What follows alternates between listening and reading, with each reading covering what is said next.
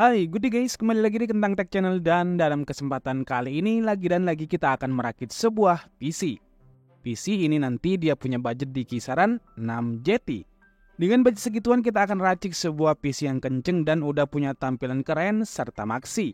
Oh iya, informasi juga kalau rakitan PC kita kali ini nggak cuma akan dipakai main game-game PC, tapi kita akan setting dia jadi sebuah gaming center yang bisa dipakai main game-game emulator konsol seperti Xbox 360, Nintendo Switch, PS2, dan juga PS3. Jadi, nggak usah lagi mukadimahnya panjang lebar kali tinggi, tontonin videonya sambil ngopi, dan buat yang belum subscribe dulu ya, biar channel kita makin melompat tinggi. Komponen utama dan pertama yang akan kita spill seperti biasa di sini adalah prosesornya dulu. Prosesor favorit di budget 6 jutaan, salah satunya adalah Intel Core i5-10400F. Prosesor Intel LGA 1200 yang dirilis tahun 2020 ini udah ditanamin core sebanyak 6 core. Dan dia juga punya thread sejumlah 12 thread. Jadi untuk kebutuhan gaming AAA dan juga emulator konsol kekinian, prosesor ini udah cukup banget. Harganya sendiri di marketplace, prosesor ini bisa kita temui dijual mulai dari harga 1,4 hingga 1,5 jutaan. Komponen kedua sebagai pasangan dari prosesornya, di sini kita gunakan motherboard Asus Prime H410M. Motherboard murah meriah untuk prosesor LGA 1200 ini, dia terbilang standar banget untuk rakitan PC kita kali ini. Gak ada yang istimewa banget dari fitur dan kemampuannya. Harganya yang ada di kisaran 800 hingga 900 ribuan menurut saya adalah pilihan terbaik buat kita untuk menekan budget dan mengalihkan anggarannya pada komponen lainnya seperti cooler dan casing. Karena memang kita pingin ngerakit sebuah PC yang punya harga murah tapi juga punya tampilan keren. Nah, komponen ketiga adalah sebuah liquid cooler. Di sini kita pakai liquid cooler terbaru dari NYK Nemesis. Dan ini adalah liquid cooler Polar Ice Flow yang versi 120 mm-nya. Sengaja cooler ini kita bahas agak awal karena video rakitan PC ini bisa tayang salah satunya karena support atau sponsor dari NYK ke kita. Hehe. Liquid cooler Polar Ice Flow ini punya harga di kisaran 400 hingga 500 ribuan. Dia sendiri adalah liquid cooler dengan tipe 120 mm. Ukuran fan-nya 12 cm, sedangkan radiatornya sendiri punya ukuran 154 x 120 x 27 mm. Jadi liquid cooler ini akan cocok banget dipasang pada rakitan PC dengan casing-casing compact karena dia nggak makan banyak tempat. Untuk supportnya liquid cooler ini support prosesor Intel mulai dari soket 115X hingga LGA 1700 kekinian. Sedangkan untuk yang AMD, liquid cooler ini support prosesor dengan soket mulai dari FM1 hingga AM5 yang terbaru juga bisa. Fan-nya yang punya ukuran 12 cm udah dilengkapi dengan fitur RGB. Yang istimewa, fan-nya sendiri punya mekanisme khusus yang NYK sebut lifelong silent fan. Jadi fan ini udah pakai bearing khusus yang bikin fan-nya kenceng tapi dia akan tetap silent dan punya umur jauh lebih panjang hingga 10 tahunan. Kemudian bagian water block-nya sendiri pada bagian dasarnya terbuat dari tembaga tebal yang diklaim sangat mudah menghantarkan panas. Pada bagian atas water block-nya dia akan nyala-nyala RGB dengan menampilkan pola lingkaran serta logo dari Polar Ice Flow-nya itu sendiri. So baiklah, sekarang kita ke komponen selanjutnya. Untuk mendukung nuansa RGB dari PC rakitan kita kali ini, di sini kita pakai RAM RGB juga dari Phenom RX. RAM Phenom RX DDR4 Super RGB 3000 MHz ini bisa kita beli di marketplace di kisaran harga 700 hingga 800 ribuan. Baiklah, kita lanjut ke storage-nya. Di sini kita memang nggak pakai NVMe sama rakitannya, tapi kita pakai SSD SATA 512 GB dari Phenom RX. Penggunaan SSD SATA pada konten ini lebih karena opsional aja. Kalau kalian pengen pakai SSD NVMe juga nggak masalah sama sekali karena motherboard Asus H410M-nya udah support dipasangin dengan NVMe. SSD 512 GB sendiri di marketplace itu kita bisa dapetin dia dijual di kisaran harga 400 ribuan. Selanjutnya adalah VGA-nya. Di sini kita pakai VGA yang cukup menarik. Kita punya Sapphire RX 578 GB stok lama yang masih dalam kondisi baru. Jadi ini kita hunting di beberapa teman-teman seller yang sempat stok Sapphire RX 578 GB itu agak banyak saat musim mining 2 tahunan yang lalu. Kita beruntung banget dapat unit yang belum sempat laku karena pas kebetulan cost mining itu turun drastis. Yang unik, VGA ini sendiri kita dapat di kisaran harga 1,5 jutaan. Padahal di marketplace kalau kita cari RX 578 GB dari Sapphire ataupun Power Color, itu harganya ada di kisaran 1,4 jutaan dalam kondisi bekas. Nah, bekasnya itu kita nggak tahu bekas gaming atau bekas mining. Untuk sebuah VGA di kisaran 1,5 jutaan menurut saya dari segi performa, RX 578 GB ini cukup bisa diandelin. daripada kita pakai VGA baru macam GTX 1650 atau sejenisnya yang harga barunya itu masih di kisaran 1,9 hingga di atas 2 jutaan. Apalagi RX 570 dari Sapphire ini, dia adalah salah satu VGA RX 570 yang chipnya masih original, bukan refurbished atau rekondisi seperti dari brand Isurix dan sejenisnya yang konon katanya walaupun baru, tapi tanda kutip biasanya udah refurbished atau rekondisi. Lanjut ke PSU-nya. Dalam rakitan ini kita pakai Cooler Master MW650W yang harga barunya itu masih di kisaran 800 hingga 900 ribuan. Tapi yang kita rekomendasikan adalah PSU dengan daya 550W seperti Deepcool PF550 atau sejenisnya. Karena memang untuk racikan PC seperti yang kita rakit, dia dipakein PSU 550W itu udah cukup bisa ngehandle komponen yang kita rakit ke dalamnya.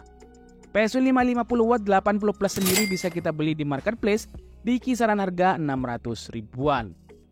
Yang terakhir kita ke casingnya. Untuk casing nggak ada patokan harus yang ini dan yang itu. Tapi dalam rakitan kali ini, biar matching dan keren kita pakein casing dari GameMax, yaitu GameMax Spark White Edition MATX. Casing yang kita bisa beli di kisaran harga 600 ribuan ini secara tampilan memang keren.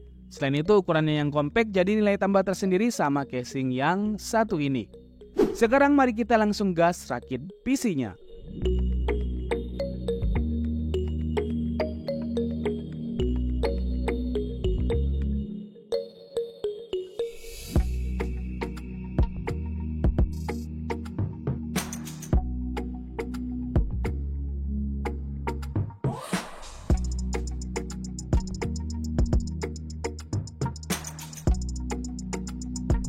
Baiklah, seperti inilah tampilan PC-nya baik saat mati maupun saat menyala.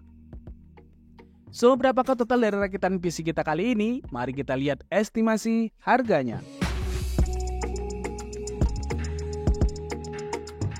Jadi dengan racikan spesifikasi yang kita buat dan rekomendasikan, maka PC rakitan kita kali ini itu membutuhkan budget kurang lebih sekitar Rp6.857.000. Sebenarnya budget ini masih bisa dipres lagi ke angka 6 jutaan lebih sedikit atau 6 jutaan turun sedikit atau bahkan jadi 5 jutaan. Kita tinggal cari beberapa komponen bekas seperti mobonya, PSU-nya dan juga mungkin VGA-nya. Atau kalau mau lebih dipres lagi, kita bisa pakai stok cooler aja, kemudian RAM dan casingnya pakai yang biasa dengan harga yang jauh lebih murah. Walaupun memang nanti akan agak ngefek ke performanya sedikit. Baiklah, kita sekarang akan tunjukin hasil pengujiannya. Disclaimer dulu, pengujian yang kita lakukan di sini kita pakai setting terbaik di resolusi 1080p. Kalau bisa kita set high atau rata kanan, maka kita pakai setting itu dalam setiap gamenya. Untuk itu, kita juga tunjukin setting dari masing-masing game yang dimainin pada videonya ini. Kemudian nanti kita juga tunjukin beberapa hasil pengujian kita menjalankan game-game emulator dengan Retrobat. Karena seperti yang kita bilang di awal, kalau rakitan PC kali ini, kita akan bikin jadi sebuah game center yang selain bisa dipakai main game-game berat PC, juga bisa dipakai main game-game emulator konsol juga. Pengujian pertama kita langsung gas main game GTA 5 5M. Seperti yang dilihat, settingnya kita dapat very high alias rata kanan. Hasilnya gimana? Sama sekali nggak ngecewain. Kita bisa main game GTA 5 roleplay dengan mendapatkan FPS yang tumpah ruah hingga mencapai 107 average FPS.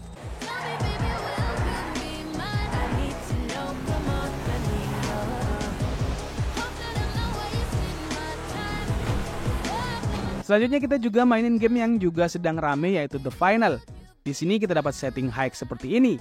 Dan ternyata saat dimainin hasilnya nggak ngecewain karena game bisa berjalan lancar dan smooth banget dengan mendapatkan FPS di kisaran 53 average FPS.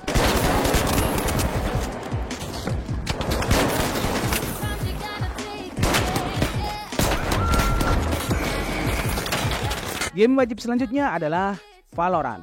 Settingnya dapat apa? Tentu aja rata kanan bos. Hasilnya seperti yang kalian lihat, gameplay berjalan lancar banget dengan FPS yang tembus hingga di kisaran 300-an FPS. Nyala bangku, mantap.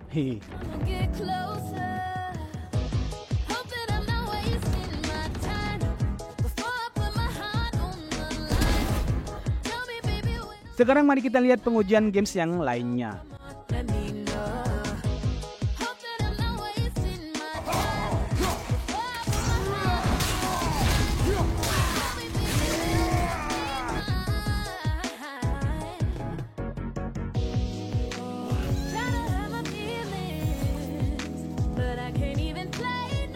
Kemudian kita juga lakukan tes main game-game konsol emulator. Pertama kita mainin beberapa game Nintendo Switch dengan Yuzu emulator. Dan hasilnya semua game berjalan lancar banget tanpa hambatan sama sekali. Untuk game Switch beberapa memang di lock di 30 fps saja. Itu sebabnya hasil pengujiannya hanya lock di 30-an fps. Selanjutnya kita juga tes beberapa game eksklusif Xbox 360.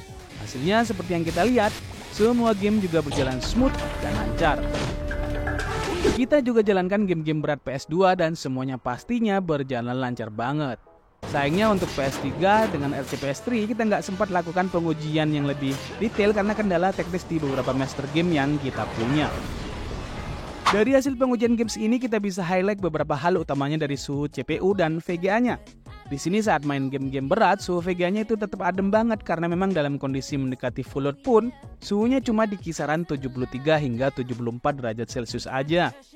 Dan bagaimana dengan CPU-nya? Saat main game-game berat dan game emulator sekalipun, suhunya tetap adem di kisaran maksimal 60 derajat Celcius aja.